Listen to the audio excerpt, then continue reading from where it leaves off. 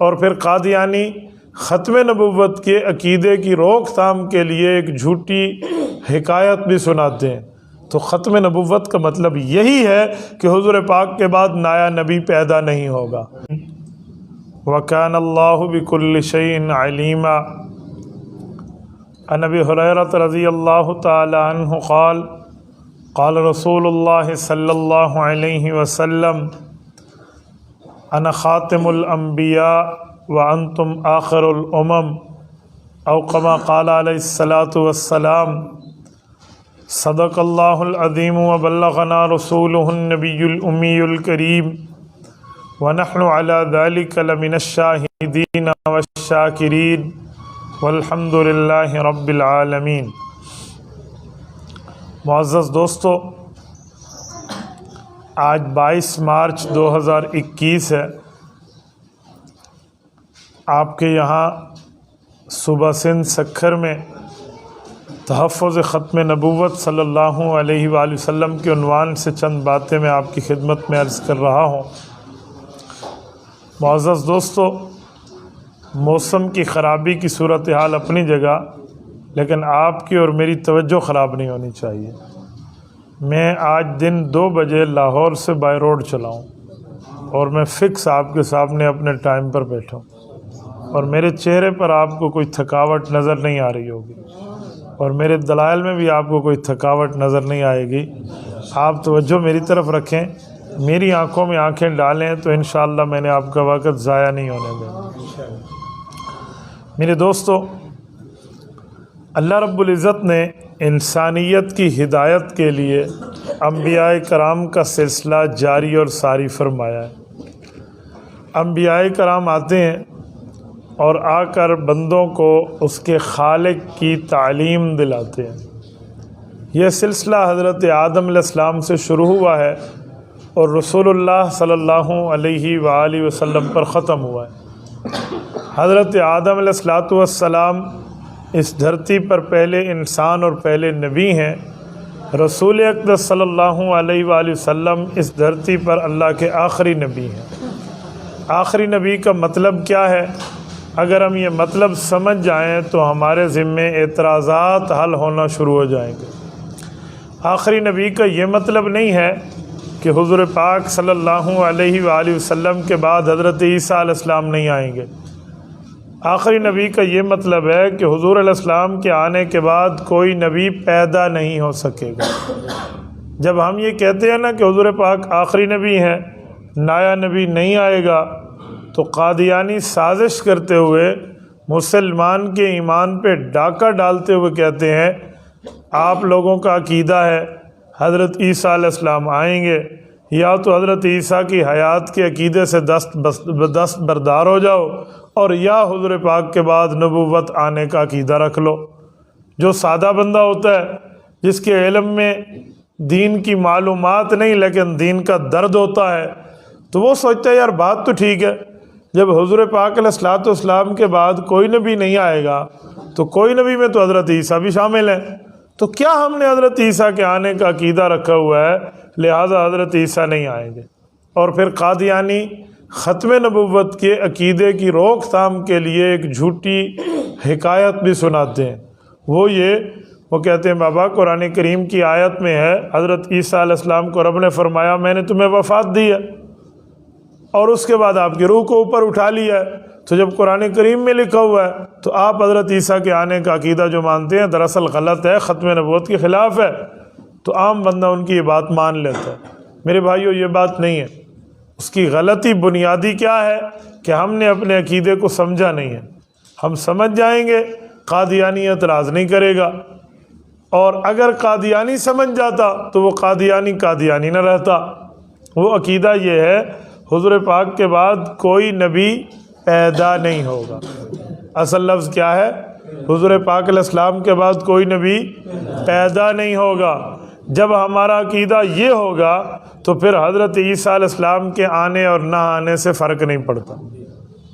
حضرت عیسیٰ علیہ السلام آ رہے ہیں تو پہلے سے پیدا شدہ ہیں، حضور پاک کے بعد تو پیدا نہیں ہوئے۔ جب حضور پاک علیہ السلام کے بعد پیدا نہیں ہوئے تو حضور پاک علیہ السلام کے بعد آنے کا مطلب کیا ہوا؟ تو یہ بات سراسر غلط ہے، ایسی بات ٹھیک نہیں ہے۔ ایک بات میں آپ کی خدمت میں مزید سمجھاتا ہوں۔ اب سوال یہ اٹھتا ہے کہ حضور پاک علیہ الصلوۃ والسلام کے بعد حضرت عیسیٰ علیہ السلام جو آئیں گے، تو وہ جو قادیانی کہتے ہیں کہ قرآن کریم میں لکھا ہوا ہے حضرت عیسیٰ کو رب نے فرمایا میں نے تجھے موت دینی ہے، تیری روح کو اپنی طرف اٹھا لینا ہے، اس کا مطلب کیا ہے؟ یہ بات یاد رکھیں، ختم نبوت کے عقیدے کی توہین کے لیے جو قادیانی لفظ پیش کرتے ہیں وہ اس آیت کا مطلب سمجھیے۔ اللہ رب العزت کے نبی ہیں حضرت عیسیٰ علیہ السلام۔ حضرت عیسیٰ علیہ السلام کا دورہ شروع ہے۔ اس وقت کے یہودی حضرت عیسیٰ اور ان کے اوپر نازل ہونے والی کتاب انجیل کے مخالف ہیں، اور وہ حضرت عیسیٰ علیہ السلام کی جان لینا چاہتے ہیں۔ تو یہودیوں نے ایک وفد ڈیلیگیشن تشکیل دیا جو آ کر حضرت عیسیٰ علیہ السلام کے اوپر حملہ آور ہو اور حضرت عیسیٰ علیہ السلام کو شہید کر دے۔ تو یہودی یہ وفد لے کر حضرت عیسیٰ علیہ السلام کے پاس آئے، اور وہ یہ چاہتے تھے کہ ہم حضرت عیسیٰ علیہ السلام کو مار دیں اور جا کر اعلان کریں کہ ہمارا مخالف عیسیٰ بن مریم قتل ہو گیا، نہ وہ عیسیٰ رہا نہ اس کے اوپر نازل ہونے والی انجیل رہی، اب ہم یہودیوں کو دورہ ہوگا۔ قرآن کریم اس واقعے کو یوں ذکر فرماتا ہے وَإِذْ قَالَ اللَّهُ يَا عِيسَىٰ إِنِّي مُتَوَفِّيكَ وَرَافِعُكَ إِلَيَّ، اے عیسیٰ علیہ السلام آپ اللہ کے نبی ہیں، اللہ فرماتے ہیں میں آپ کو وصول کر لوں گا اور اپنی طرف اٹھا لوں گا۔ اب قادیانی کہتے ہیں متوفی کا معنی تو وفات ہوتا ہے، آپ نے وصول کہاں سے لیا؟ ہم نے کہا دیکھو ہر جگہ توفی کا معنی وفات نہیں ہے، توفی کا معنی یہ ہے کہ اے میرے مولا اٹھا لے۔ وفات اصل میں اٹھانے کو کہتے ہیں، موت کو نہیں کہتے۔ وفا کہتے ہیں پورا کرنے کو۔ دیکھو کہتے ہیں کہ الکریم اذا وعد وفا، فرمایا شریف بندہ وہ ہوتا ہے جب وعدہ کرتا ہے تو وفا، موت دے دیتا ہے نہیں، پورا کرتا ہے۔ تو وفا کا ایک معنی اگر موت ہے تو توفی کے اندر جو وفا ہے اس کا ایک معنی پورا وصول کرنا ہے۔ تو وہ کہتے ہیں ادھر آپ موت کا معنی کیوں نہیں کرتے؟ ہم کہتے ہیں اس کی وجہ ہے۔ اب توجہ میں بات سمجھو گے تو آپ کی عقل سے جملہ سلپ نہیں ہوگا۔ یہودی چاہتے تھے حضرت عیسیٰ کو پکڑیں اور قتل کر دیں۔ حضرت عیسیٰ علیہ السلام آئے ایک کمرے میں، جب کمرے میں آئے باہر یہودی کھڑے ہیں، رب نے فرمایا عیسیٰ ڈرو نہیں، انی متوفیکا ورافعک الیہ، میں تمہیں وصول کر کے اپنی طرف اٹھا لوں گا اور یہودیوں سے بچا لوں گا۔ ہم نے تبھی یہ معنی کیا کہ یہودیوں سے رب بچائے گا۔ اگر اس کا معنی موت والا کریں تو اس سے مطلب یہ ہوا کہ جو کام یہودیوں نے کرنا تھا وہ اللہ نے کر کے یہودیوں کا کام آسان کر دیا۔ یہودی چاہتے تھے ہم مار دیں تو اللہ نے مار لیا اور روح اٹھا لیا۔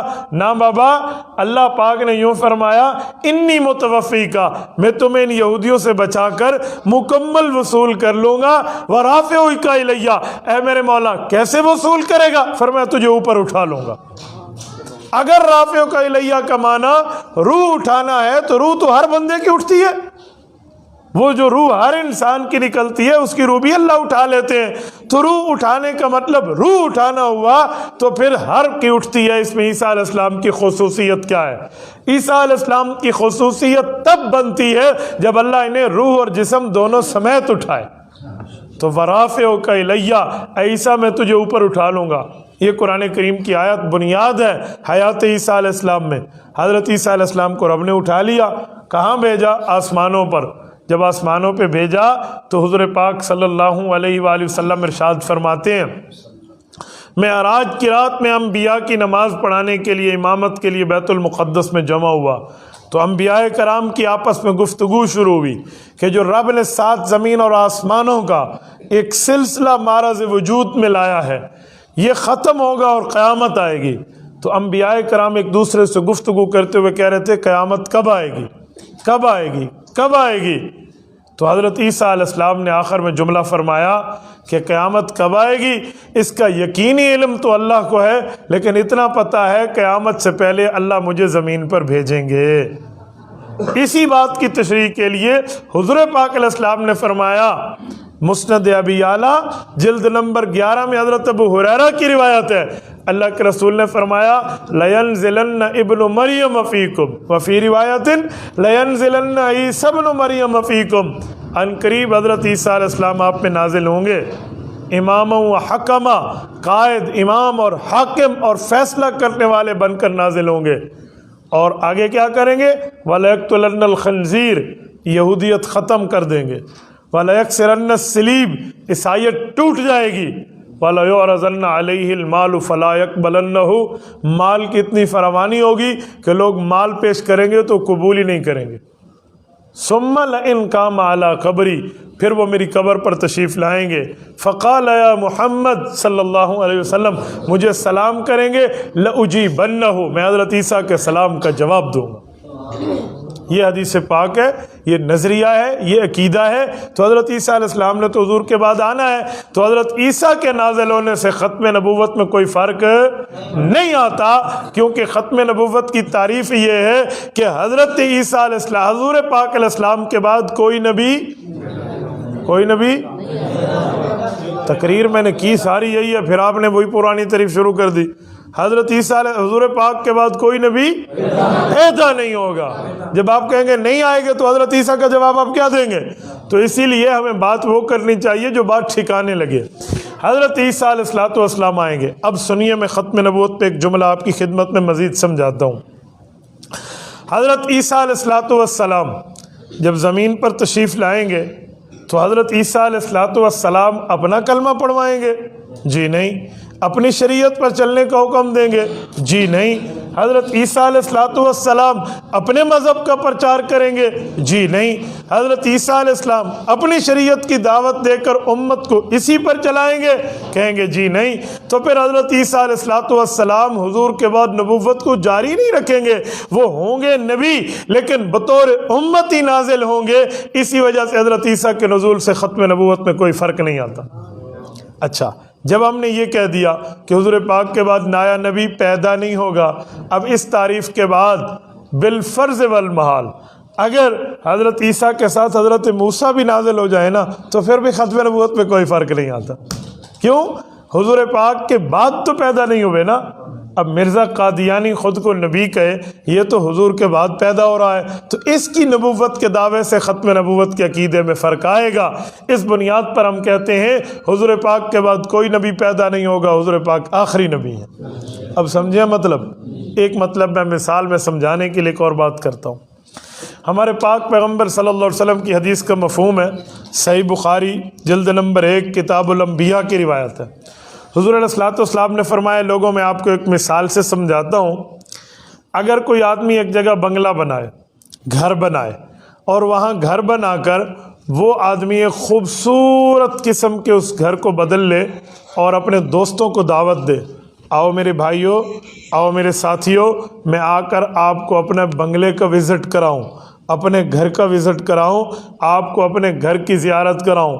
دوست آ گئے انوائٹڈ ہو کر، وہ پہنچے، دعوت ہوئی، گھر میں بیٹھے اور اس نے گھر دکھانا شروع کر دیا۔ رسول اللہ صلی اللہ علیہ وسلم نے فرمایا، گھر دیکھ رہے ہیں لوگ، اور دیکھتے دیکھتے صحن بہت اعلیٰ، برآمدہ بہت اعلیٰ، کمرے اعلیٰ سے اعلیٰ، لان اعلیٰ سے اعلیٰ، چمن اعلیٰ سے اعلیٰ، دیواریں بڑی بہترین محجبین، ایک ایک کی تعریف کر رہے ہیں۔ لیکن ایک جگہ آئے تو سارے دوست ایسے ٹھہر گئے۔ انہوں نے کہا جی کیا؟ کہ وَيَتَعَجَّبُونَ لَهُ هَلَّا وُضِعَتْ هَٰذِهِ اللَّبِنَةُ، وہ لوگ تعجب کرتے ہوئے کہنے لگے، بھائی آپ نے گھر بنایا، بھائی آپ نے تو سب کچھ کر لیا، بہترین معجبین دل نشین حسین بنگلہ بنا ڈالا، لیکن ایک سوال ہے، هَٰذِهِ اللَّبِنَةُ، ایک اینٹ کی جگہ آپ نے چھوڑ دی، اس کو نامکمل کیوں رکھا؟ اسے بنا دو۔ تو وہ کہتے ہیں اگر یہ ایک اینٹ میں پوری کر دوں جی گھر مکمل ہو جائے گا۔ تو حضور علیہ السلام نے فرمایا، ایسے اللہ نے نبوت کا بنگلہ بنایا، وہ نبوت کے اجزاء سے بنگلہ نبوت، قصر نبوت بنا، سارے آ گئے، ایک میں نہیں آیا، جب میں آ گیا تو نبوت کا بنگلہ پورا ہو گیا، اب نیا نبی نہیں آئے گا۔ فَأَنَا اللَّبِنَ وَأَنَا خَاتِمُ النَّبِيِّينَ، فرمایا وہ آخری حصہ میں ہوں، اس وجہ سے میرے آنے کے بعد وہ بنگلہ مکمل ہو گیا۔ تو ختم نبوت کا مطلب یہی ہے کہ حضور پاک کے بعد نیا نبی پیدا نہیں ہوگا۔ حضرت عیسیٰ علیہ السلام کے آنے کا تعلق ختم نبوت کے خلاف نہیں ہے، یہ مرزے نے اپنی جان چھڑانے کے لیے خواہ سے ٹانگ اٹکائی ہے اور امت کو حیات عیسیٰ علیہ السلام کے عقیدے کا انکار سمجھایا ہے، جو بات بنتی نظر نہیں آتی۔ بھئی حضور پاک کا ختم نبوت کا مسئلہ اور ہے، حضرت عیسیٰ علیہ السلام کا آسمان سے نازل ہونے کا مسئلہ اور ہے۔ اس کی مثال ایسی ہے کہ دو لفظ آپس میں جڑتے نہیں ہیں، کوئی جوڑ دے۔ کوئی پوچھے بھئی آج کون سی تاریخ ہے، اگلا کہے گا جی آج کی تاریخ ہے 22 مارچ 2021، وہ کہے گا جی ہاں مسجد میں 2 پنکھے لگے ہوئے ہیں۔ تو اگلا کہے گا جی مسجد کے 2 پنکھے لگے ہونے سے 22 مارچ 2021 سے کیا واسطہ؟ بھئی ان پنکھوں کا اس سے کیا تعلق، تو نے اپنی طرف سے جوڑ دیا۔ تو یہ ایسے ہی ہے، حضرت رسول اللہ کے بعد نیا نبی پیدا نہیں ہوگا۔ یہ کہتے ہیں حضرت عیسیٰ علیہ السلام نازل نہیں ہوں گے، بھئی حضرت عیسیٰ کا حضور کی ختم نبوت سے کیا واسطہ؟ ختم نبوت کا معاملہ اپنی جگہ۔ اس پر میں ایک بات آپ کی خدمت میں سمجھانے کے لیے مزید عرض کرتا ہوں۔ عقیدہ ختم نبوت اتنا واضح ہے کہ اسے قرآن کریم نے کھول کھول کر بیان کیا۔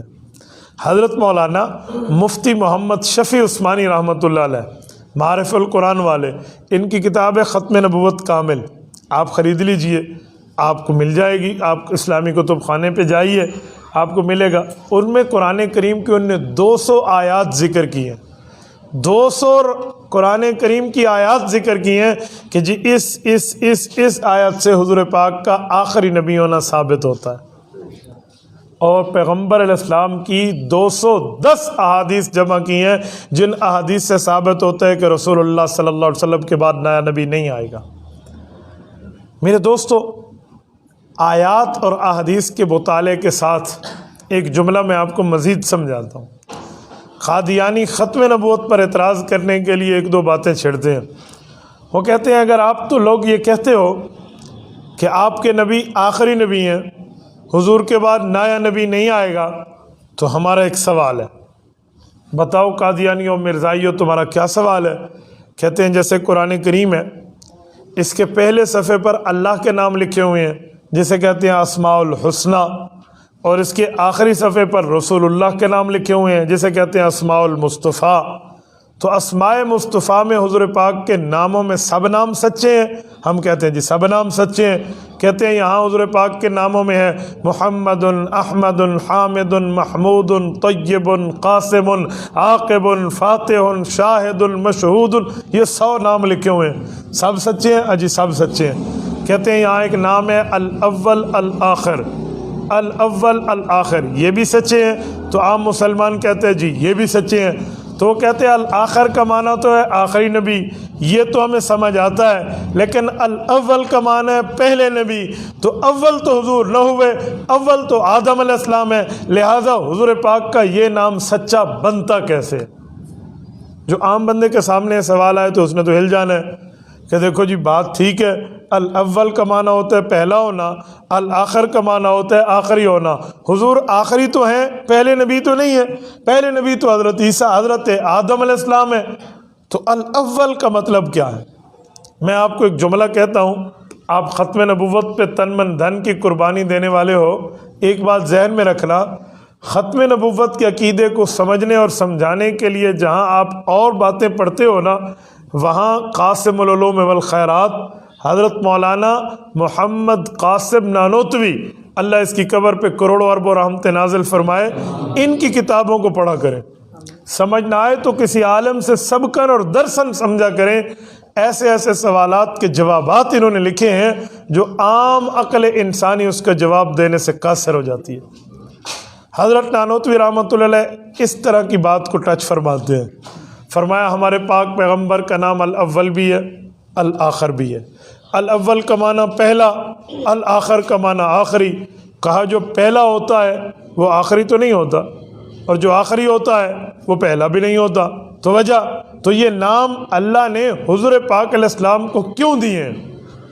وجہ تو ہم کہتے ہیں جی سنیے، حضرت نانوتوی رحمۃ اللہ نے فرمایا ہمارے نبی کے یہ دونوں نام سچے ہیں، حضور اول بھی ہیں، حضور آخر بھی ہیں، لیکن بات کو سمجھیے اول کیسے اور آخر کیسے؟ کہتے ہیں بعض چیزیں پہلے ہوتی ہیں، بنتی پہلے ہیں، لیکن پہلے نظر نہیں آتی، وہ نظر سب سے آخر میں آتی ہیں۔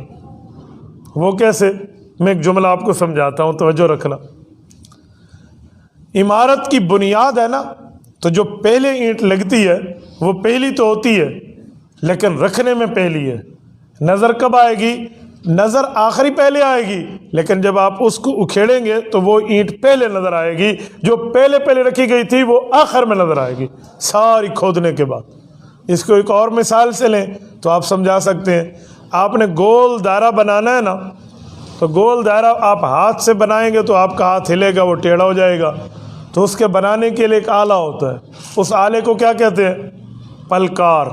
آپ نے دیکھا ہے نا، 2 نوکوں والی ہوتی ہے، ایک میں اس کی لوہے کی چونچ ہوتی ہے اور ایک میں پینسل، پین، مارکر کچھ بھی ٹھہرا دیں، اس کے اوپر لوہے کی نوک سے سہارا لیتے ہیں اور پین کے ساتھ اس کو یا پینسل کے ساتھ اس کو گھماتے ہیں تو اس سے کیا بن جاتا ہے؟ گول دائرہ۔ تو یہ گول دائرہ بننے میں الاول والآخر آپ کو سمجھ آئے گا۔ میں مثال دیتا ہوں، بالکل بلینک پیپر لیجئے، سفید کاغذ لیجئے، آپ رکھ دیجئے، پلکار ہاتھ میں لیں، پہلی نوک کا سہارا رکھیں اور اس کے بعد گول دائرہ بنائیں۔ جب آپ پہلی نوک رکھیں گے تو اس سے ایک چھوٹا سا ڈاٹ بن جائے گا، ایک چھوٹا سا نشان بن جائے گا، ایک نقطہ سا لگے گا اس کے سہارا لگنے سے، پھر اس کے بعد پلکار گھومے گی، گول دائرہ بن جائے گا۔ اب دائرہ بنا بعد میں ہے اور وہ نقطہ بنا پہلے ہے، لیکن فرق ہے، نقطہ بنا پہلے ہے، نظر پہلے نہیں آتا۔ گول دائرہ بنا بعد میں ہے، نظر پہلے آتا ہے۔ وہ جو نقطہ پہلے بنا تھا وہ کب دکھے گا؟ وہ اس وقت نظر آئے گا جب پلکار کو اٹھا لیں گے۔ تو جو نقطہ پہلے بنا تھا وہ نظر بعد میں آیا، تو ہم کہیں گے یہ نقطہ بننے میں اول ہے، دکھنے میں آخر ہے، بننے میں پہلا ہے، نظر آنے میں آخری ہے۔ تو فرمایا ہمارے پاک پیغمبر کون ہیں؟ جن کی وجہ سے اس کائنات کو وجود دیا گیا، جن کی بدولت، جن کی بابت، جن کے وسیلے، توسل اور واسطے سے اس 4 دانگ عالم کو رکھا گیا ہے۔ تو ہمارے پاک پیغمبر وجود میں اول ہیں، بننے میں، لیکن اس کے بعد سب آئے انبیاء، لیکن جب چیف گیسٹ نے آنا، مہمان خصوصی نے آنا تھا، پھر حضور پاک جو بنے پہلے تھے رب سے لائے آخر میں ہیں، تو حضور بننے میں اول ہیں، آنے میں آخر ہے۔ تو الاول بھی ہیں، الآخر بھی ہیں، لہٰذا یہ اعتراض نہیں ہو سکتا کہ حضور تو پہلے نبی ہیں تو حضور آخری نبی کیسے ہو سکتے ہیں؟ تو جو پہلے ہے وہ آخری کیسے ہو سکتا ہے؟ جہت تبدیل ہو جائے تو پہلا بھی ہو سکتا ہے، پہلا آخری بھی ہو سکتا ہے، جہت تبدیل ہو جائے، جہت کا فرق ہوتا ہے۔ میں مثال ہے، مولانا آپ کا نام؟ امام الدین۔ امام الدین۔ آپ کے والد کا نام؟ سیف الدین۔ سیف الدین۔ آپ کی شادی ہے؟ جی۔ کتنے بچے ہیں؟ 7 بچے۔ 7 بچے ہیں۔ اب میں پوچھ رہا ہوں امام الدین، آپ والد ہیں؟ کہتے جی ہاں۔ کس کے؟ 7 بچوں کے۔ آپ بیٹے ہیں؟ کہتے جی ہاں۔ کس کے؟ سیف الدین کے۔ اب ایک بندہ کہے بھائی یہ والد ہے یا بیٹا ہے؟ ادھر کہتے ہو والد ہے، ادھر کہتے ہو بیٹا ہے، تو باتیں تو 2 ہیں۔ بھائی امام الدین بیٹا ہے یا ابا ہے؟ تو ہم کہیں گے جی دونوں ہیں۔ وہ کہے گا ایک بندہ دونوں کیسے ہے؟ ہم کہیں گے جہت تبدیل ہو گئی ہے، طرف تبدیل ہو گئی ہے، وجہ تبدیل ہو گئی ہے، بنیاد تبدیل ہو گئی ہے، بیس بدل گئی ہے۔ یہ والد ہے اپنی اولاد کا اور بیٹا ہے اپنے ابو کا۔ فرق ہو گیا نا؟ ہے ایک ہی چیز لیکن مختلف۔ کوئی آپ سے پوچھے کہ آپ سندھی ہو یا پاکستانی ہو تو آپ کیا کہیں گے؟ آپ سندھی ہیں یا پاکستانی ہیں؟ آپ کہیں گے دونوں۔ تو وہ کہیں گے آپ کیسے ہیں؟ تو آپ کہیں گے جی صوبے کے اعتبار سے سندھی ہوں، ملک کے اعتبار سے پاکستانی ہوں۔ ہو گیا۔ اس کو میں مزید بڑھاؤں تو آگے بڑھا سکتا ہوں کہ آپ سکھروی ہیں یا آپ سندھی ہیں یا آپ پاکستانی ہیں، یا اس سے بڑھاؤں تو آگے بھی بڑھا سکتا ہوں آپ کے محلے اور قوم کا نام لے کر۔ اس سے بڑھائیں تو اور بھی بڑھا سکتے ہیں کہ ہم جنوبی ایشیا کے ہیں یا پاکستان کے ہیں۔ تو بر اعظم کا، ملک کا، صوبے کا، سٹی کا، ضلع کا، قوم کا، قبیلے کا، محلے کا، علاقے کا فرق آ جائے گا۔ تو جب فرق آ جائے گا جہت کے تو نسبتیں بدلتی چلی جائیں گی۔ فرمایا اسی طرح ہی حضور پاک علیہ السلام اول بھی ہیں، آخر بھی ہیں، پہلے بھی ہیں، آخری بھی ہیں۔ پہلے ہیں بننے کے اعتبار سے، آخری ہیں آنے کے اعتبار سے۔ تو ایک چیز مختلف ہو جاتی ہے تو اس کو اعتراض کے زمرے میں نہیں لیتے۔ تو ہمارے نبی الاول بھی ہیں اور ہمارے نبی الاخر بھی ہیں۔ توجہ رکھنا، میں ایک جملہ مزید کہہ رہا ہوں، آپ کی توجہ ہے یا نہیں ہے؟ آپ سارے لاتے ہیں، جواب نہیں دیتے۔ توجہ ہے؟ سنیے، میں توجہ کے اوپر ایک بات کر رہا ہوں. یہ میں مثال اس لیے دے رہا ہوں کہ حضرت حکیم الامت حضرت تھانوی رحمۃ اللہ علیہ فرماتے ہیں جب واسطہ علماء سے ہو پھر دلیل دیتے ہیں، واسطہ عوام سے ہو پھر مثال دیتے ہیں.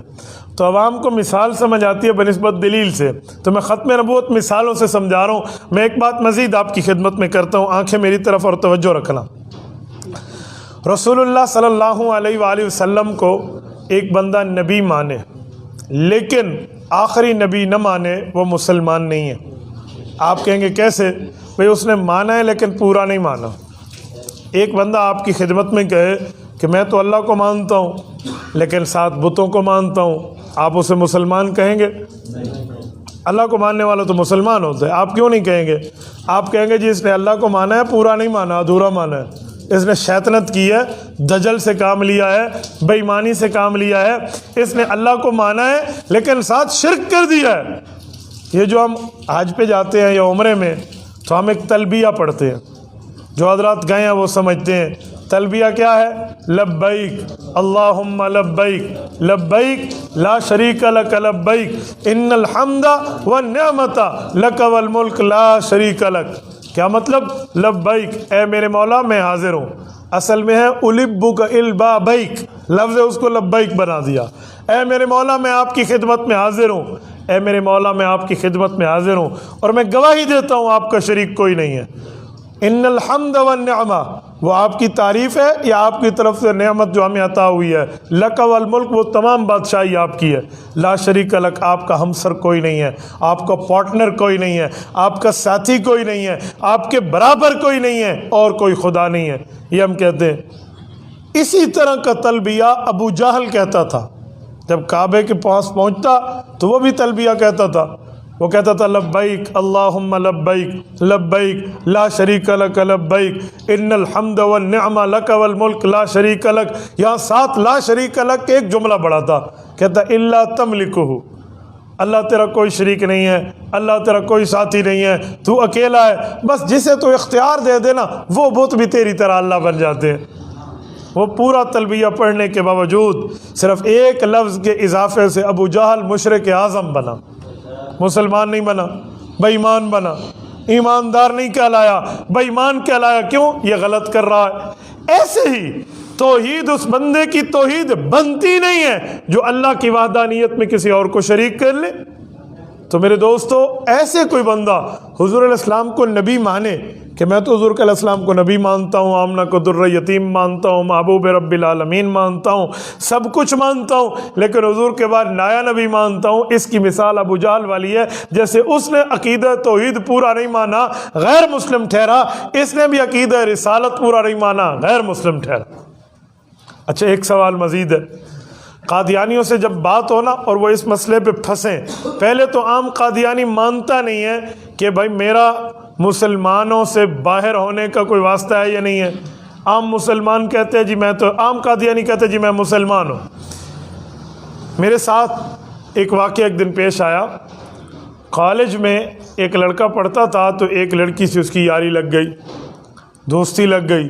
وہ دوستی، ان کی ریلیشن شپ اب جو ہے نا وہ رشتے میں بدلنے پر بات آ گئی بھی شادی کرنی چاہیے.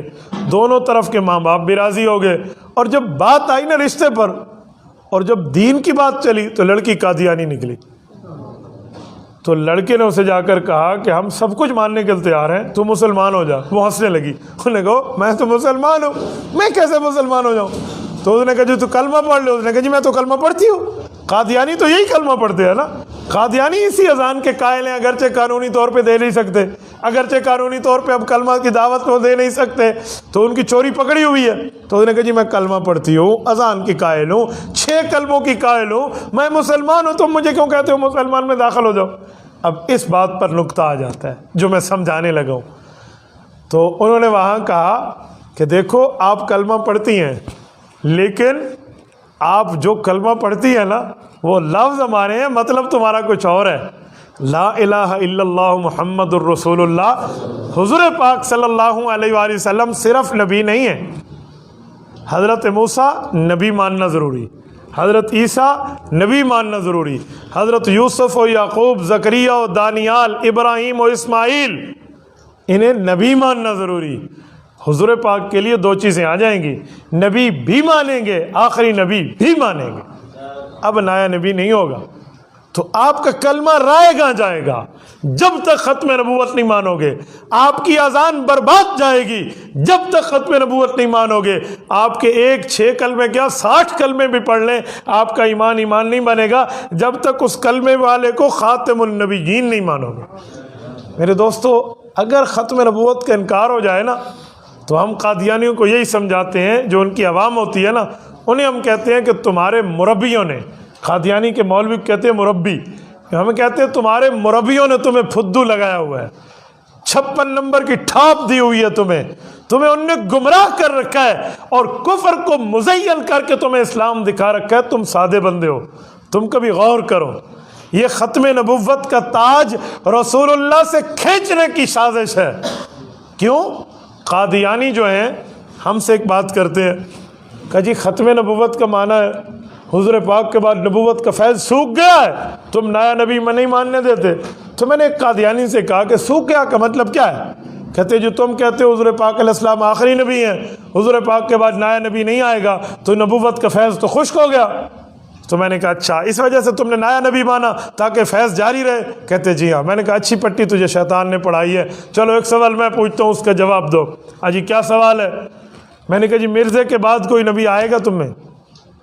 چلو جو مرزا ہے اس کے بعد کوئی نبی آئے گا؟ اب وہ میرے منہ کو دیکھے, میں نے کہا یار مجھے بتا دے مرزے کے بعد کوئی نبی آئے گا, کب آئے گا, کیسا ہوگا, کوئی نشانی, کوئی وشانی, کوئی علامت, کوئی تعارف, کوئی انٹروڈکشن, کوئی وضاحت, کوئی تشریح, کوئی مثال ہے تمہارے پاس؟ اب خاموش ہے. میں نے کہا بھائی حضور پاک کے بعد تو ہم کہتے ہیں نیا نبی نہیں آئے گا, جب نہیں آئے گا تو نشانی کیا ہے؟ ہاں دجال آئیں گے, حضور نے فرمایا ثلاثون کذابون دجالون کلہم یزعم انہ نبی اللہ. حضور نے فرمایا 30 دجال آئیں گے, جھوٹے ہوں گے, بے ایمان ہوں گے, ہر بندہ یہی گمان کرے گا بابا میں نبی ہوں. حضور نے فرمایا کوئی نبی شبی نہیں ہوگا, آخری نبی میں ہوں. ہمارے پاس تو بات پوری ہے. جو تم کہتے ہو حضور پاک کا فیض مسلمانوں نے سکھا لیا ہے اور آخری نبی کا ہے, چلو اب تو بتا تیرے مرزے کا فیض جاری ہے, اس کے بعد کوئی نبی آئے گا یا سوکھ گیا ہے؟ اب وہ جواب نہ دے. اگر وہ کہتا ہے نا کہ نبی جاری ہے تو وہ پھنسے گا, اور اگر وہ کہتا ہے کہ نبی جاری نہیں ہے تو پھر وہ کہے گا فیض تو سوکھ گیا ہے. میں نے کہا پر نالا پھر وہیں آ کر ٹھہر گیا ہے. بھئی میں نے کہا حضور پاک آخری نبی ہے, تو نے کہا جی مرزا آخری نبی ہے. اب اس کے لیے کوئی دلیل لے کر اب نہ جائے ماندن نہ پائے رفتن, نہ ان کے پاس کوئی جانے کی جگہ ہوتی ہے, نہ بھاگنے کے لیے پاؤں رکھنے کا کوئی معاملہ ہوتا ہے. فضول سے فضول پٹیاں پڑھا کے لوگوں کو گمراہ کرتے. قادیانی عوام قابل رحمت ہے, قابل رحم لوگ ہیں. انہیں ان کے مولویوں نے خراب کیا ہے, ان کے مربیوں نے خراب کیا ہے. عوام قادیانیوں کی ہمارے پتہ ہے حضرات کو کیا کہتے ہیں. مجھے ایک قادیانی سے گفتگو کا موقع ملا, وہ اسکول کا لڑکا تھا, اللہ پاک نے اسے ہدایت دی, وہ ہماری طرف آیا. کالج کا لڑکا تھا نا, وہ یونیورسٹی لیول پہ اور اسکول کالج کی برگر فیملی سے ریلیٹڈ تھا. تو جب وہ ہماری طرف آیا تو میں نے اس سے 1-2 باتیں پوچھی. میں نے کہا آپ علماء کے قریب نہیں جاتے, سارا دن علماء کو گالیاں دیتے ہو, یوں ہیں, تو تمہیں کوئی برگیڈ باقاعدہ تربیت میں تیار کرائی جاتی ہے کہ تم مولویوں سے مقابلہ کرتے رہو؟ انہوں نے کہا نہیں جی بات کچھ اور ہے. میں نے کہا کیا؟ کہتے ہیں آپ لوگوں میں غلطی ہے اور اس غلطی کے بینیفٹ اور اس کا فائدہ ہمیں ملتا ہے. وہ کیا ہے؟ کہتے تم لوگ جو غصے میں تقریر کر رہے ہوتے یوں ہے, تو ہمارے مربی ہمیں دکھاتے ہیں دیکھو یہ تو کھا جائیں گے, بد اخلاق لوگ ہیں, سنجیدہ نہیں ہے, فلاں نہیں ہے, انہیں بولنے کا طریقہ نہیں آتا, گلا پھاڑ کے بول رہے ہیں, آنکھیں ان کی سرخ ہو چکی ہیں, آواز ان کی اونچی ہو چکی ہے, یہ بولنے کا انداز ہے. Way of the talking in میں نہیں ہے, اصول گفتگو ان میں, ویسی چیز سکھاتے ہیں. تو میں نے اس قادیانی سے کہا کہ جب وہ مسلمان ہو گیا تو میں نے کہا میرے بھائی یہ قادیانیوں نے تمہیں علماء کی نفرت دل میں نہیں ڈالی, یہ دراصل رسول اللہ صلی اللہ علیہ وسلم کی نفرت تمہارے دل میں ڈال رہا ہے. کہ وہ کیسے؟ میں نے کہا خطابت میں اس طرح سخت گفتگو کرنا جس میں آواز بلند ہو جائے, جس میں بات سخت ہو جائے, آنکھیں سرخ ہو جائیں, یہ سنت رسول سے ثابت ہے. صحیح بخاری کی حدیث ہے. حضرت ابو ہریرہ رضی اللہ عنہ ارشاد فرماتے ہیں ذرا کان کی کھڑکیاں کھول کے دل تک اس حدیث کو راستہ دینا. فرمایا قام رسول اللہ صلی اللہ علیہ وسلم فینا خطیبہ. حضور پاک علیہ السلام جب بیان فرمانے کے لیے کھڑے ہوتے ہیں نا تو احمرت عیناہ، حضور پاک علیہ السلام دلائل سناتے تو آنکھیں بعض اوقات سرخ ہو جاتی، وعلی صوتہ، آواز قدرے بلند ہو جاتا، واشتد غضبہ، حضور پاک کا غصہ تیز ہو جاتا، کأنہ منذر جیش صبحکم و مساکم، ایسے لگتا جیسے کوئی ایمرجنسی ہے، حالت اضطراری ہے، کوئی لشکر ہم پہ حملہ آور ہوتا ہے، حضور پاک ہمیں ڈرا رہے ہیں یا صبح حملہ آور ہو جائے گا یا شام آ جائے گا۔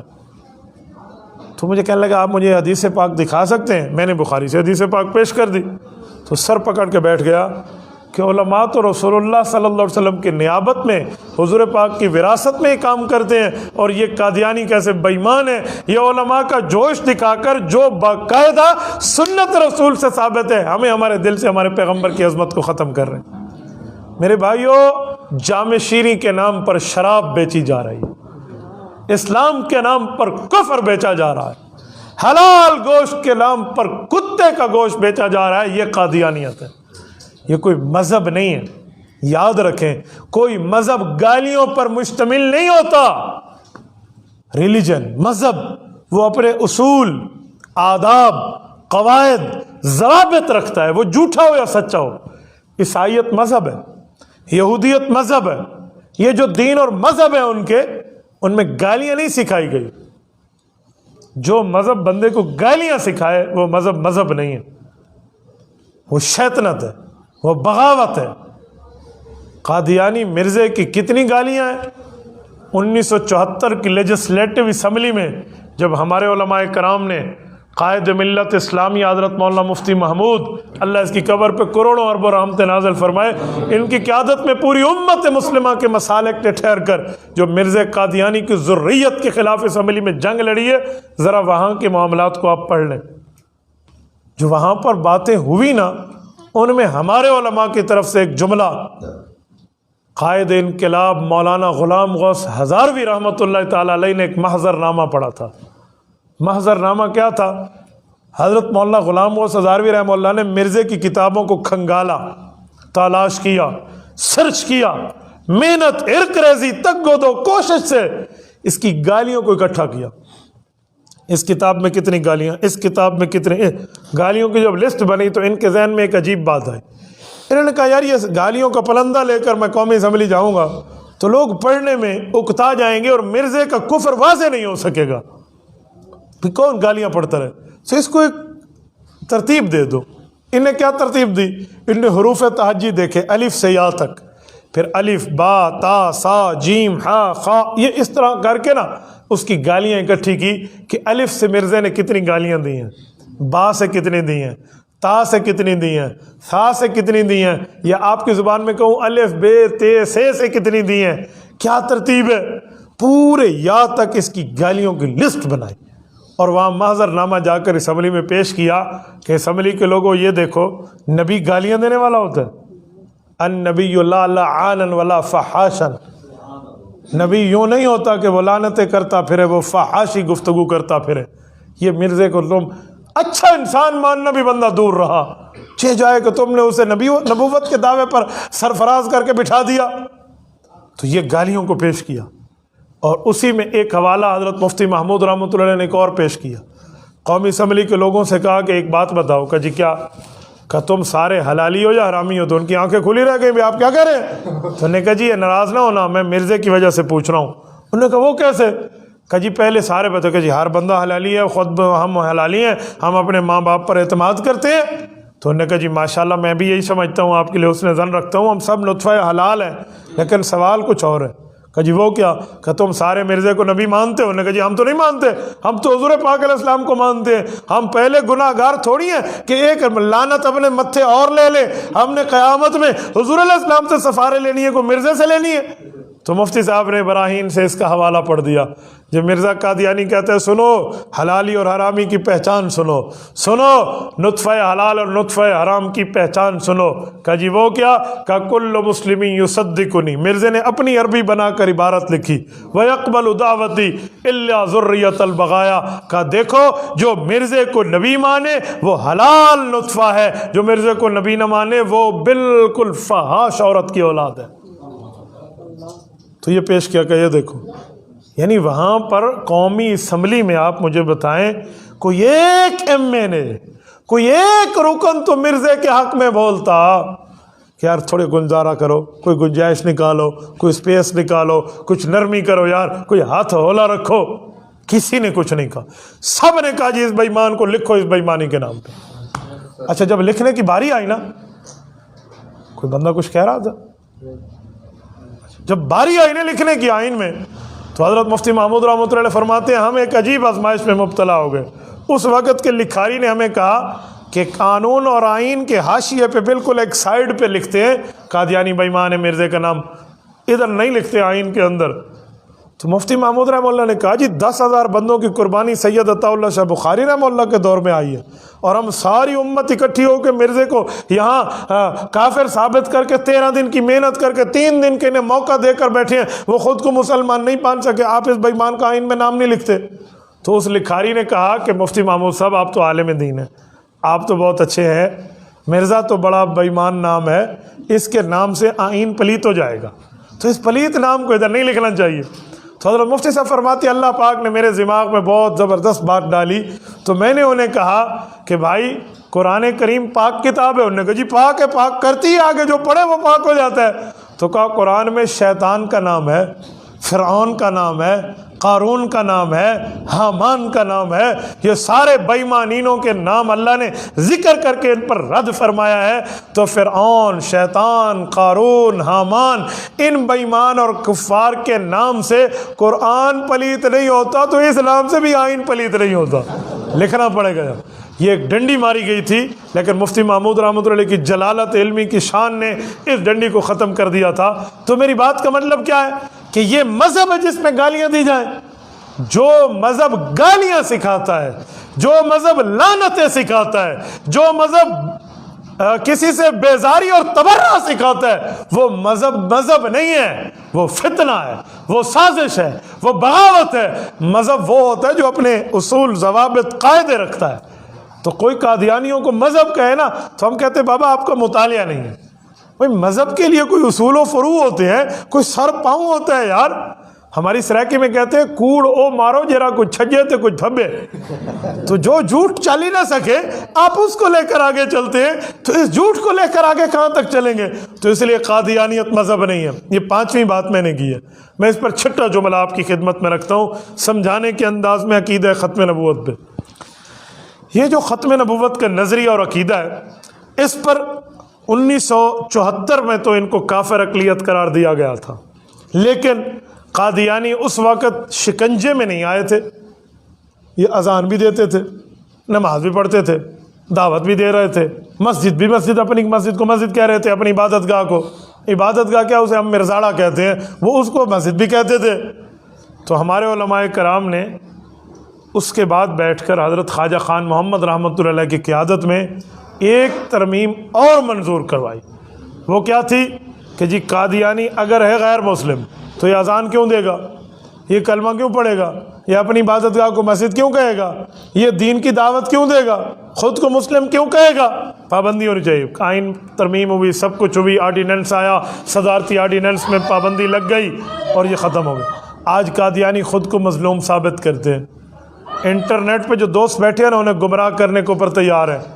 عوام کا ذہن یہ ہے کہ قادیانی کافر تو ہیں، تو قادیانی یہ چال چلتے ہیں کہ جی ہمیں کافر اقلیت تو قرار دے دیا گیا، اب یہ بھی ظلم ہے، ہم حضور کا کلمہ بھی نہیں پڑھ سکتے، یہ بھی ظلم ہے، ہم اپنے آپ کو مسلمان بھی نہیں کہہ سکتے، او بابا یہ بھی ظلم ہے، ہمیں دعوت دینے سے بھی منع کر دیا گیا ہے۔ تو ہمارے جو سادے ہوتے ہیں نا، جن کے دل میں دین کا درد تو ہے، دین کا علم نہیں ہے، وہ کہتے ہیں جی انہیں موقع دینا چاہیے، کلمہ پڑھ لیں مسلمان ہو جائیں گے، کلمہ پڑھنے سے کیا مسئلہ ہے؟ آپ نے ایسے روک لگا رکھی ہے، بیچارے اذان نہیں دے سکتے، اذان دینے دیں، حوصلہ کریں، دل بڑا کریں۔ نہ بابا آپ سمجھے نہیں ہیں، سمجھے نہیں ہیں۔ دیکھیں قادیانی جب کلمہ پڑھتا ہے نا تو لا الہ الا اللہ میں الا اللہ کہہ کر اللہ کو اللہ ہی مانتا ہے، لیکن محمد الرسول اللہ میں محمد صلی اللہ علیہ وسلم کا نام لے کر وہ محمد سے مراد حضور نہیں لیتا۔ مرزا قادیانی کی کتابوں میں لکھا ہوا ہے محمد خود اتر آئے ہیں قادیان میں۔ وہ قادیانی مرزے کو محمد کہتا ہے تو جب ہم کہتے ہیں لا الہ الا اللہ محمد الرسول اللہ تو ہم محمد الرسول اللہ صلی اللہ علیہ وسلم مراد لیتے ہیں، اور وہ لفظ محمد کہہ کر مرزا مراد لیتا ہے۔ تو اس بنیاد پر اسے کلمہ پڑھنے کی اجازت کیسے دی جا سکتی ہے؟ آپ کہیں گے جی کیسے لیتے ہیں، اس کی کتابوں میں لکھا ہوا ہے۔ جب اس کی کتابوں میں دجل لکھا ہوا ہے، بھئی میں موبائل کو موبائل کہتا ہوں، ایک بندہ گلاس کو موبائل کہتا ہے، تو فرق نہیں ہو گیا؟ تو اس بنیاد پہ وہ کلمے کی دعوت نہیں دے سکتا۔ وہ اپنی عبادت گاہ کو مسجد کیوں کہتے ہیں؟ اب جو قادیانیوں نے سازش کی ہے، یہ جو 2018 میں مرزا مسرور کے، وہ آپ نے ایک سنا ہوگا، وہ جو اس کا ایک چودھری لڑکی سے جو گفتگو آئی تھی انگلینڈ میں کہ ہمیں ووٹ دیں، فلاں کریں، اور جو سوالات آئے، تو ان میں ایک جملہ وہ کہتا ہے کہ جی ہمیں حقوق چاہیے، اور جب تک پاکستان میں یہ مولوی موجود ہے نا، قائد ملت اسلامی حضرت مولانا فضل الرحمان دامت برکاتہم کی طرف اشارہ کر کہتا ہے ہمیں حقوق نہیں ملیں گے، ہمیں فریڈم حاصل نہیں ہوگا۔ کیوں؟ وہ جانتا ہے کہ فریڈم کا مطلب کیا ہے، اور ہم سمجھتے ہیں کہ فریڈم کا مطلب آزادی ہے، بھئی ہر بندہ خود آزاد ہے، وہ آزاد۔ جی نہیں، یہ مطلب نہیں ہے۔ قادیانیوں کے ہاں فریڈم کا معنی یہ ہے کہ ہمیں مسلمان کہا جائے، قادیانیوں کے ہاں آزادی کا معنی یہ ہے کہ ہمیں مسلمان ڈکلیئر کیا جائے۔ وہ کہتے ہیں ہمیں ووٹ کا حق یہ نہیں دیتے، ہمیں آئینی حقوق نہیں دیتے۔ آج ہمارے وزراء اور مشیرین بھی یا تو بندہ عقل سے پیدل ہے، پتہ نہیں ہے کہ وزراء اور مشیرین کو کہ حقوق دینے کا مطلب کیا ہوتا ہے، یا قادیانیت نوازی شروع ہے۔ یہ جو کہتے ہیں نا جی قادیانیوں کو حقوق ملنے چاہیے، سمجھو ہم بھی کہتے ہیں ملنے چاہیے۔ ہم عیسائیوں کو حقوق دینے کے لیے ملک میں تیار ہیں، اقلیت برادری سے کوئی ہمارا پھڈا نہیں ہے۔ پارسی پاکستان میں ہندو آپ کے سندھ میں سب سے زیادہ پورے ملک سے موجود ہیں، ہمارا ان سے تو کوئی پھڈا نہیں ہے، ہم ان کو حقوق دینے کے لیے اقلیتی برادری کو تیار ہیں۔ لیکن وہ لوگ جتنی اقلیت یہاں موجود ہیں، وہ سب اقلیتیں یہ بات مانتی ہیں کہ ہم مائنارٹی ہیں، ہم اقلیت ہیں، ہمارا اپنا مذہب ہے، ہمارا اپنا دین ہے، ہمارا اسلام سے کوئی واسطہ نہیں ہے۔ تو قادیانی بھی خود کو اقلیت مان لے، مائنارٹی مان لے، اور کہے میرا اسلام سے کوئی تعلق نہیں ہے، سارے حقوق اسے دے دو، ہمیں کوئی نہیں مسئلہ، جو حق دینا ہے دے دو، جو آئین قانون اسے دیتے آپ دے دے، ہمیں کوئی اعتراض نہیں ہے۔ لیکن وہ خود کو مائنارٹی نہیں مانتا، آئین کو ایکسیپٹ نہیں کرتا۔ فنڈامنٹل آف رائٹس کس منہ پر مانتا ہے؟ کس منہ پر وہ اپنے بنیادی حقوق مانتا ہے کہ جو مجھے دیے جائیں؟ جو ہمارے آئین کو نہ مانے، قانون کو نہ مانے، ہماری دستاویز کو نہ مانے، اور ہم شاہ سے زیادہ شاہ کے وفادار بن کے کہ جنہیں حقوق ملنے چاہیے، یا یہ بے وقوفی پن ہے اور یا قادیانیت نوازی ہے۔ بھئی ایک بندہ خود کو آئین کے دیے ہوئے حق کے مطابق صاحب حق نہیں مانے، ہم نے کوئی کھوتی کو ہاتھ لگایا کہ ہم اس کے گھر میں جا کے حقوق دیتے پھرے؟ بابا ہم وہی حقوق دیں گے جس بنیاد پر اسے حقوق ملنے چاہیے۔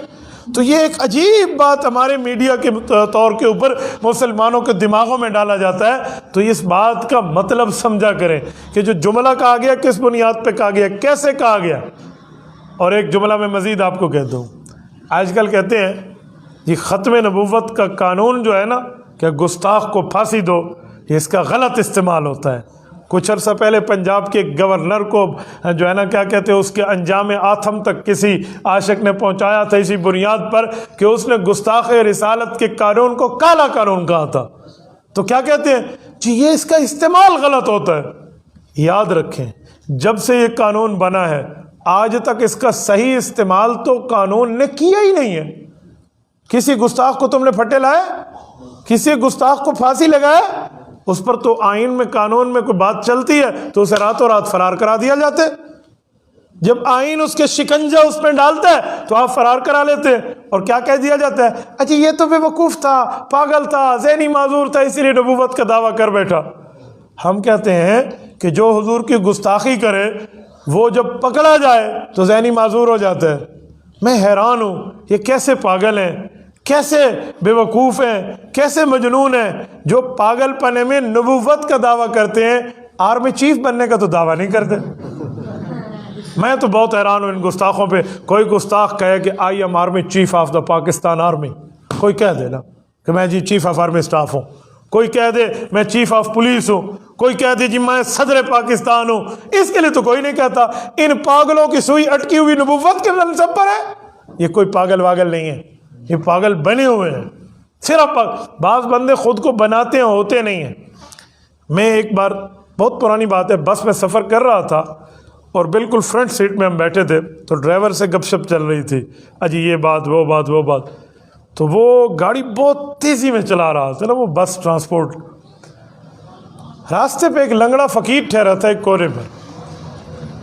تو میرا ذہن تھا باتوں باتوں میں کہ یہ تھوڑی بریک مارے گا، کوئی آہستہ کرے گا، وہ بیچارے کا تھوڑا معذور ہے تو اس کا کوئی احترام کیا جائے.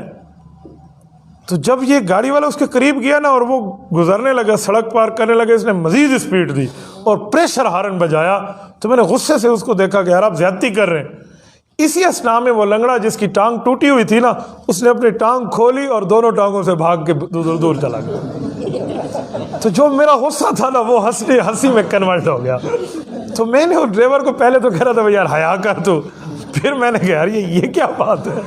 اس نے کہا سائیں آپ پہلی بار بیٹھے ہوں گے، ہمارے روز کا واسطہ ہے، ہمیں پتہ ہے، ہم ان لنگڑوں وگڑوں کو جانتے ہیں، کہاں سے کیسے گزرنا ہے، کس طرح چلنا ہے ہمیں پتہ ہے. یہ لنگڑے نہیں ہیں، لنگڑے بنے ہوئے ہیں. تو میرے دوستو اسی طرح ہی کا معاملہ یہاں پر ہے. حیران ہو جاتا ہوں کہ عقل مند نہیں ہے، یہ بے وقوف نہیں ہے، عقل مند ہے. جب نبوت کے بارے میں بات آتی ہے تو پکڑے جاتے ہیں. انہیں یہ سمجھ آتا ہے کہ میں نبی ہونے کا دعویٰ کروں، انہیں یہ نہیں سمجھ آتا میں ایک تھانے کے ایس ایچ او ہونے کا دعویٰ کر دوں. یار میں بہت حیران ہوں بعض اوقات انہی باتوں پہ. ہمیں یہ جو آسیہ ملونہ کا مسئلہ تھا، آپ کو پتہ ہے 295/C کا کیس کسے کہتے ہیں؟ گستاخی رسالت کا کیس ہے. اس کی تفتیش پولیس والا نہیں کر سکتا، انسپیکٹر نہیں کر سکتا، کانسٹیبل نہیں کر سکتا، ASI نہیں کر سکتا، SHO نہیں کر سکتا، DSP نہیں کر سکتا، SSP کرتا ہے، سینئر سپرنٹینڈنٹ پولیس، جو پورے ضلع کا ایک ہوتا ہے. اس لیول کا آدمی بیٹھ کے اس کی تحقیق اور تفتیش کرتا ہے. تو سید امین جو SSP ہے ننکانہ صاحب کا، اس ضلع کے بندے نے بیٹھ کے آسیہ ملونہ سے 2 بار تفتیش کی ہے. ہائی کوالیفائڈ آدمی ہے، اور 2 بار تفتیش کرنے کے بعد اس بندے نے جو قلم لکھ رہا تھا نا اس قلم کو توڑ دیا ہے، اور باہر نکل کے کہتا ہے کہ میں نے تو حضور پاک علیہ الصلوۃ والسلام پر کلمہ پڑھا ہے، اگر مجھے میری یہ ورزی پابند نہ کرتی تو شاید اس کی گردن قلم کر کے آتے. تو اتنی بڑی گستاخ ہے. اسے ایک عدالت، چھوٹی عدالت کیس سنتی ہے، سزائے موت دیتی ہے. وہ اپیل کرتے ہیں بڑی عدالت میں، وہ اس کیس سنتی ہے، پھر عرصر 9 اس کی اپیل پر اسے سزائے موت ملتی ہے. اور جب بڑی سے بڑی عدالت سپریم کورٹ میں کیس آتا ہے تو اسے ایک ہی سماعت میں نمٹا دیا جاتا ہے کہ جی الزام ہے، الزام ہے، الزام ہے. ہم نے اس وقت کہا تھا کہ یہ فیصلہ پاکستان میں کسی جگہ بطور نظیر استعمال نہیں ہو سکے گا. ہمارے محترم عدلیہ کے بندے تو جا کر ایک ایک ضلع میں جا کر یہ شراب کی بوتل ہے، جام شیری کی ہے، کچے تیل کی ہے، یہ پکے تیل کی ہے، تفتیش کرتے تو اسپتالوں میں نظر آتے ہیں. یہ ننکانہ صاحب اسلام آباد سے دور نہیں تھا، یہ چلے جاتے اور گواہوں سے تفتیش کر لیتے. لیکن نہیں، اسے راتوں رات بھگایا گیا، اور راتوں رات بھگا کر کہاں پہنچایا گیا؟ اسے فرانس میں پہنچا دیا گیا ہے. اور فرانس میں پہنچا کر آج آپ آسیہ ملونہ کی ایکٹیویٹیز دیکھیے، جسے پاگل کہتے تھے، جسے کہتے تھے بیچاری پتہ نہیں کیا اور لاچاری ہے، بیچاری ہے. اس کو دیکھیں اس کی ملاقاتیں کس سے ہیں؟ پریزیڈنٹ آف دا فرینچ، اسے فرانس کا صدر اپنے قریب بٹھا رہا ہے. کسی اور پاگل کو تو نہیں بٹھاتا وہ. آپ کہتے جی پاگل ہے، پتہ نہیں ہے، فلاں ہے، فلاں ہے، تفتیش ہونی چاہیے. یہ کیسی بات ہے بھائی؟ آپ ایک مستقل گستاخ رسول کو یوں آزاد چھوڑیں گے، پھر آپ کہیں گے کوئی قانون ہاتھ میں نہ لے. یار یہ کیسی بات ہو سکتی؟ تو رسالت مآب صلی اللہ علیہ وآلہ وسلم کی گستاخی کا اسلام میں سمیت تمام انبیاء کے کوئی تصور نہیں ہے. جب ہم گستاخی رسالت کے قانون اور آئین کی بات کرتے ہیں تو صرف حضور پاک کی بات نہیں ہے. 1,24,000 انبیاء ہمارے ایمان میں ویسے ہی محترم ہیں جیسے رسالت مآب صلی اللہ علیہ وسلم ہے. کسی نبی کی گستاخی پر وہی سزا ہے جو آمنہ کے در یتیم صلی اللہ علیہ وسلم کی گستاخی پر سزا ہے. تو جدید میڈیا نے جو خصوصاً چند مخصوص چینلز دیکھتے ہیں نا، ان کے دماغ گھومے ہوئے ہوتے ہیں. تو میں جب بھی ختم نبوت اور ناموس رسالت کی بات ہو تو یہ بات ساتھ ضرور ٹچ کرتا ہوں کہ خدا کے لیے آپ صرف میڈیا پہ انحصار نہ کیجئے، ختم نبوت کو اپنا ایمان سمجھ کر سمجھیے. ہم نے گناہ کیے، ہم میں بعض لوگوں کی شکلیں دینداروں کی ہوتی ہیں، بعض لوگوں کی شکلیں سنت رسول کے خلاف ہیں، گناہ ہے۔ ہمارا لباس سنت کے مطابق بھی ہوتا ہے، سنت کے خلاف بھی ہوتا ہے۔ ہماری شادیوں میں نیکیاں بھی ہوتی ہیں، گناہ بھی ہوتے ہیں۔ عام حالات میں بندہ گناہ بھی کر لیتے ہیں، نیکی بھی کر لیتے ہیں، تو یہ گناہ کم ہے کہ ہم حضور پاک علیہ الصلوۃ والسلام کے بے ایمان سے تعلق رکھ کے اور بے ایمانی اپنے متھے لگا لیں؟ یار یہ کم ہے۔ یاد رکھیں، پیغمبر علیہ الصلوۃ والسلام سے محبت یہ پہلی جز ہے۔ محمد کی محبت دین حق کی شرط اول ہے، ہو اگر اسی میں خامی تو سب کچھ نامکمل ہے۔ یہ بنیاد ہے۔ اختر شیرانی ایک شاعر تھا، اختر شیرانی جام لگاتا تھا، پیتا بھی رہتا ہے، میں چل رہی ہے شراب کی، مشاعرہ بھی چل رہا ہے، تھا مسلمان۔ ایک وقت ایسا آیا کہ وہ شاعر مشاعرے میں ٹن ہو کر وہ شعر پڑھ رہا ہے اور لوگ مختلف طرح طرح کے سوالات کر رہے ہیں، تو ایک بندے نے ایک عجیب سوال کیا کہ آج تو واہ واہ کر دیا اپنے مشاعرہ میں، آپ نے تو آج جو ہمت کی انتہا کر دی ہے۔ انہوں نے کہا جی مجھ سے بڑا شاعر ہی کوئی نہیں ہے۔ تو لوگ بڑے حیران ہوئے، اپنے آپ کو اپنے استادوں سے بھی بڑا کہہ رہے ہیں۔ تو کسی نے کہا جی تیرا استاد، اس نے کہا وہ کسی کام کا نہیں ہے، سب سے بڑا میں ہوں۔ انہوں نے کہا جی فلاں، کہا جی وہ کسی کام کا نہیں ہے، اس سے بڑا میں ہوں۔ تو کسی نے کہا وہ اقبال اور اسد اللہ خان مرزا غالب جیسے شاعر، انہوں نے کہا وہ ہوتے تو میرے تکی اور جوتیاں اٹھاتے، کسی کام کے نہیں۔ لوگوں نے جب دیکھا نا کہ یہ اب نشے میں ٹن ہے، تو اس وقت موجود ایک قادیانی ظالم بھی کونے میں بیٹھا ہوا تھا۔ اس نے سوچا آج اس کے ایمان پر رندہ چلانے کا وقت ہے، تو کھڑے ہو کر اس نے کہا جو تیرے مقابلے میں اور کوئی شعر نہیں پڑھ سکتا، سارے شاعروں سے اوپر۔ اس نے کہا جی اوپر ہوں، اب تو نشے میں بیٹھے اور جام ہاتھ میں لیا ہوا ہے۔ تو اس نے کہا اگر تیرا نبی آج تیرے سامنے ہوتا تو اس سے بھی بڑھ جاتا۔ اسے یہ یقین تھا کہ وہ کہہ دے گا ہاں میں تو حضور سے بڑھ جاؤں گا، اس کا ایمان ختم ہوگا۔ تو اس نے یوں ہاتھ میں جیسے جام لیا ہوتا نا، جیسے نشہ ٹوٹتا ہے نا، اس کو ایسے ایک جھٹکا لگا۔ اس نے ایسے یکایک سوچا کہ یہ بندہ کیا کہہ رہا ہے، یار مجھے میرے پیغمبر کی گستاخی کرا رہا ہے۔ تو اس نے وہ جام نیچے نہیں رکھا، اٹھا کے اس کے سر پہ پٹک دیا اور چھلانگ لگائی اور نیچے گیا۔ وہ بندہ آگے دوڑا، یہ پیچھے، یہ روتا جا رہا ہے اور پکڑ اس کے پیچھے بھاگتا جا رہا ہے۔ آخر میں اس کو پکڑ لیا، آنکھوں سے آنسو ہیں، اور اسے مار رہے، اسے کہتے ہوئے ظالم میں گناہ گار ضرور ہوں، شرابی ضرور ہوں، خطا کار ضرور ہوں، میں نے نافرمانی ضرور کی ہے، لیکن میں حضور پاک سے محبت میں نہیں ہے، جس کا لباس سنت کے مطابق نہیں ہے، جو شراب پیتے ہوئے بیٹھا ہے لیکن اس کے ایمان کی اندر کی روشنی یوں تیز ہے۔ انہیں کا ظالم جو بھی ہے، لیکن مجھے حضور پاک کی سفارش پر اعتماد ہے، اپنے نیکیوں پہ کوئی گھمنڈ نہیں ہے، تو وہ بھی ختم کرنا چاہتا ہے۔ تو مسلمان کے دل میں محبت رسول ہے، تو میرے دوستو اصل یہی محبت ہے جس کو اجاگر کرنے کی ضرورت ہے۔ اسی محبت میں ہماری دنیا بھی بہتر ہوگی، ہماری آخرت بھی بہتر ہوگی۔ اللہ آپ کو اور ہمیں حضور پاک صلی اللہ علیہ وسلم کے ختم نبوت ماننے کی توفیق عطا فرمائے، رسول اللہ صلی اللہ علیہ وسلم کا عشق ہمیں عطا فرمائے، پیغمبر اسلام کی اتباع عطا فرمائے، اور جو قادیانی ہیں اور جو حضور پاک کے منکر ہیں ختم نبوت کے، میں ان سب کو آج کے اس پروگرام کی وساطت سے دعوت اسلام دیتا ہوں کہ آؤ رسول اللہ کے دامن رحمت میں آ جاؤ، آؤ رسول اللہ پر ایمان لے آؤ۔ آپ کو کھوکھلے نعروں سے آپ کے مربیوں نے تباہ و برباد کیا ہے، ان جھوٹوں پر لعنت بھیجو اور رسول اللہ صلی اللہ علیہ وسلم کے دامن ختم نبوت سے وابستہ ہو جاؤ۔ جزاکم اللہ تعالی۔ اقول قولی ھذا واستغفر اللہ وآخر دعوانا ان الحمد للہ رب العالمین۔